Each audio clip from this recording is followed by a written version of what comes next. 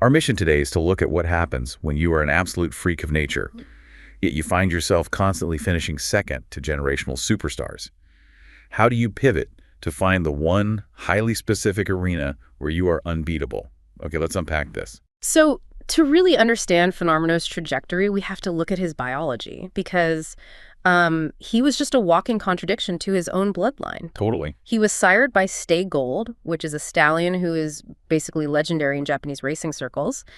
Stay Gold produced these brilliant horses, but they were notoriously difficult. Like temperamental, right? Highly volatile, they were generally smaller, very stubborn, and they had their own very specific opinions about how racing should work. I love that. Horse opinions. Exactly. It's a lineage famous for horses that might, refuse to load into the gate, or they just decide halfway through a race that they just don't feel like running today. Well, I have to pause you there because looking at the data for Fenomeno, he was an absolute tank. Oh, massive. He weighed over 500 kilograms. So how does a massive, completely docile animal come from a sire famous for producing small, fiery rebels? Is this just a fluke of the genetic lottery? It's kind of the unpredictability of thoroughbred genetics, really. The maternal line plays a massive role, and recessive traits can suddenly just express themselves. Right. So Fenomeno inherited the elite cardiovascular capacity of the Stay Gold line, but physically and psychologically, he was a total anomaly. Which his trainer noticed right away. Yes. Hirofumi Toda realized this immediately. Fenomeno had this deep, almost pitch-black coat and an incredibly patient, honest temperament. I mean, it paints a picture of a horse that simply doesn't waste energy on nervous anxiety. Yeah, he was just incredibly chill. But that calm demeanor was heavily tested during his 3-year-old season. Yeah. Because he misses the first classic, the Satsuki show, right? Yeah, he didn't secure enough earnings in the prep races to get in. Which is a huge blow. Yeah. That forces his team his owners, trainers, and jockeys who dictate his entire schedule into a corner. They had to scramble. Right, they scramble to get him to the Japanese Derby, so they redirect him to the Aoba show. And the Aoba show is a 2,400-meter race on the exact same Tokyo track as the Derby. It's designed to be the ultimate proving ground for these young horses. But it comes with some baggage. Oh, major baggage. It carries one of the most famous stigmas in the sport, the Aoba show curse. Historically, no winner of this race has ever gone on to win the Derby. Let's look at the mechanics of that curse, though. We know curses aren't real. So what is the actual physiological or tactical reason that Aoba show winners just fail at the Derby? It really comes down to timing and physiological peak of a young horse. The Aoba show is held in early May. The Derby is in late May. That is a tight turnaround. Exactly. Yeah. Asking a 3-year-old horse who is literally still physically maturing to peak for a grueling 2,400-meter race, recover, and then peak again at the exact same distance just 3 weeks later. Against fresh horses. Right, against fresher horses who took different, easier routes. It is a monumental ask. They basically leave their best performance on the track in the trial. Yet Fenomeno goes out, wins the Aoba show, and books his ticket to the 2012 Japanese Derby. He looked incredible doing it too. So the stage is set for him to break this historical anomaly. The Derby is just packed with talent, and he runs the absolute race of his life down that notoriously long Tokyo home stretch. It was thrilling. And it ends in a photo finish with Di Briante. Literally down to the wire. They hit the finish line seemingly at the exact same time. It takes the officials several minutes to review the photograph. Agonizing for the team. Completely devastating for Fenomeno's camp. Di Briante wins by a literal nose. The Aoba show curse survives by a fraction of a millimeter. That millimeter loss proved definitively that he possessed grade 1, elite-level talent. But it also spooked them. Right. It locked them into a conservative mindset. They had a horse who almost won at 2,400 meters, so they started treating him like a standard middle-distance runner. Which sets up a tremendously frustrating autumn. They take a summer break, he wins a prep race, but then they skip the 3,000-meter Kika show. Which was a huge decision. Yeah. So they entered him in the 2,000-meter Tenno show autumn against older horses. He runs brilliantly, but finishes second to Eshing Flash. Then he goes to the Japan Cup and finishes 5th behind Gentle Donna. And Gold Ship, who won the 3,000-meter race Fenomeno skipped, becomes this wildly popular superstar. Fenomeno is basically the incredibly talented guy standing just off camera while everyone else in his graduating class becomes a legend. What's fascinating here is how his connections were totally misjudging his true superpower. It forces his team to rethink their entire calculus. They hit a wall. Yeah, going into his 4-year-old season, the middle distances just aren't yielding a championship, so they have to make a terrifying gamble. They enter him into the Tenno Spring at Kyoto. And he's entering the Tenno Spring at 3,200 meters. You and I know that distance completely rewrites the tactical playbook. Completely rewrites it. It is a totally different energy system than a 2,000 or 2,400 meter race. Absolutely. I mean, 3,200 meters tests a horse's aerobic threshold to its absolute breaking point. It requires a horse bred to be a true stayer. Which means what, exactly? An animal with the lung capacity and the biomechanical efficiency to conserve energy for over 3 minutes of continuous galloping.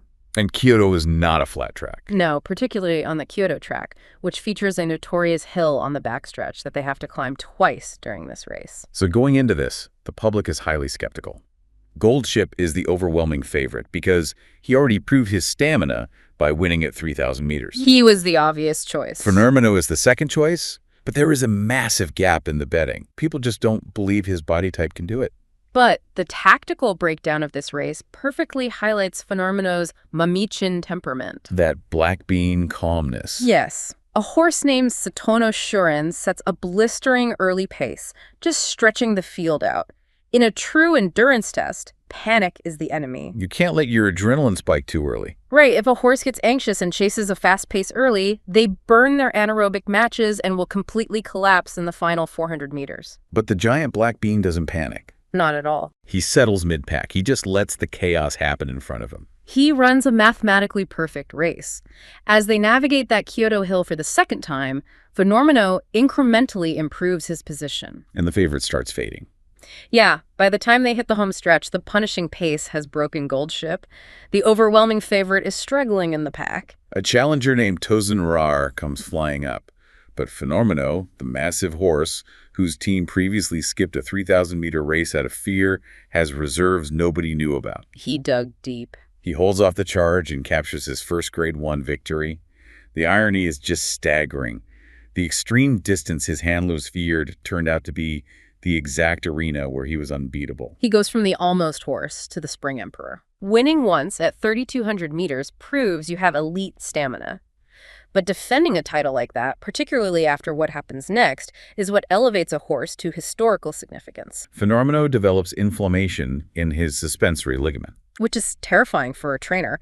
A suspensory injury often ends a career. so he requires complete rest. He misses the entire autumn and winter. He doesn't return until the spring of his 5-year-old season, where he runs a very flat 5th in the Nikkei show. He just didn't look like himself. Right. So heading into his title defense for the second Tenno Spring, the narrative is completely flipped. The public assumes the injury drained his power, dropping him to 4th choice in the betting. The second year, nobody wants to take the lead. The pace is dreadfully slow. Like they're almost jogging. The field of 18 horses is tightly bunched together, just waiting for the sprint. Here's where it gets really interesting. When you have a massive pack of horses moving slowly, the tactical danger skyrockets. Precisely due to the physics of cornering. Because the pace was so slow as they hit the third turn, every jockey decides to make their move simultaneously. The accordion effect. Yes. The field violently compresses. The accordion effect forces the horses on the outside to get pushed incredibly wide.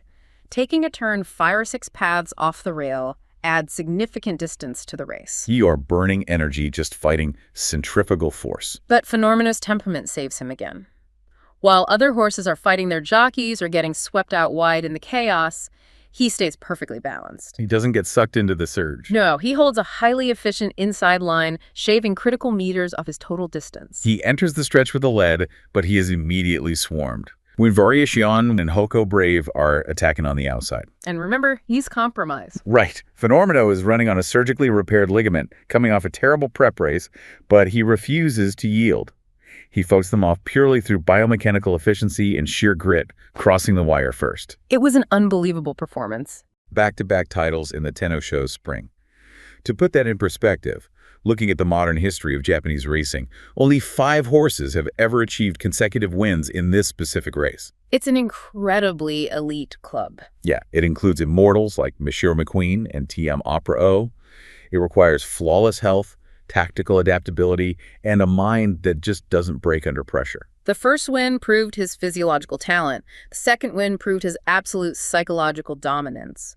But as with all elite endurance athletes, the biological bill eventually comes due. It always does. The monumental effort of that comeback really drained whatever spark he had left. His subsequent races lacked that finishing gear, ultimately leading to his retirement. And the standard playbook for a retired two-time Grade 1 winner with stay gold bloodlines is to become a highly lucrative breeding stallion. That's where the real money is. But his second act fails. He produces a few minor regional winners, but his stud career quietly fizzles out. This is just a harsh reality of the modern breeding economy. Does the two-time Spring Emperor just fade into total obscurity? Not at all, because the very quirks that made him an outlier his entire life, his massive size and that unshakable black bean temperament, unlocked a highly specialized third act. Completely new career. Yes, working as a lead horse. We need to explain this role because it's really fascinating. What does a lead horse actually do on a day-to-day basis? If we connect this to the bigger picture, thoroughbreds are herd animals, and young racehorses are basically nervous, high-energy teenagers who have no idea how to channel their power. They're constantly on edge. Right. They spook at shadows, they panic in the starting gates, and they waste energy. A lead horse is the designated alpha. The mature presence. Their job is to safely escort these young, erratic horses to the training tracks, model calm behavior, and provide a steadying psychological presence. It demands an absolutely bulletproof temperament. If the lead horse panics, the young horses panic, and million-dollar athletes get injured. The stakes are still high, just different. Exactly. Fenomeno, who was born into the fiery stay gold lineage but chose to be calm, patient, and methodical, was biologically and psychologically engineered for this exact job. He spends his days quietly guiding the next generation of superstars, modeling the exact patience that won him 2 titles. It's a really beautiful second act. Thank you so much for watching. If you enjoyed this video, please like and subscribe for more.